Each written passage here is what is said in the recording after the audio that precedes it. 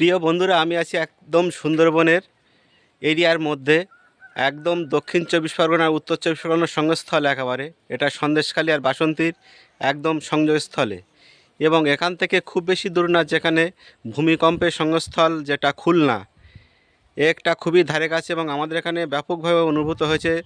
আমরা যেখানে দাঁড়িয়ে আছি ঠিক এই মাটি এমনভাবে কেঁপে উঠেছে, ঠিক একটা ব্রিজের উপরে দাঁড়িয়ে থাকলে সেই ব্রিজের উপর দিয়ে ভারী ভারী গাড়ি গেলে ঠিক যেমন হয়, ঠিক সেই রকম অনুভব করেছি আমরা। এবং আমার বয়সে আপাতত এরকম দেখিনি, এই প্রথম দেখলাম। এবং খুবই ব্যাপক জোরে হয়েছে ভূমিকম্পটা, এবং অনেক ক্ষয়ক্ষতি হয়েছে, বিশেষ করে আমাদের কলকাতা, উত্তর এবং দক্ষিণ চব্বিশ পরগনায় এইসব এলাকাগুলো। এবং একতলা বাড়িতে অবধি ফাটল দেখা দিয়েছে, রাস্তায় ফাটল দেখা দিয়েছে বহু জায়গায়।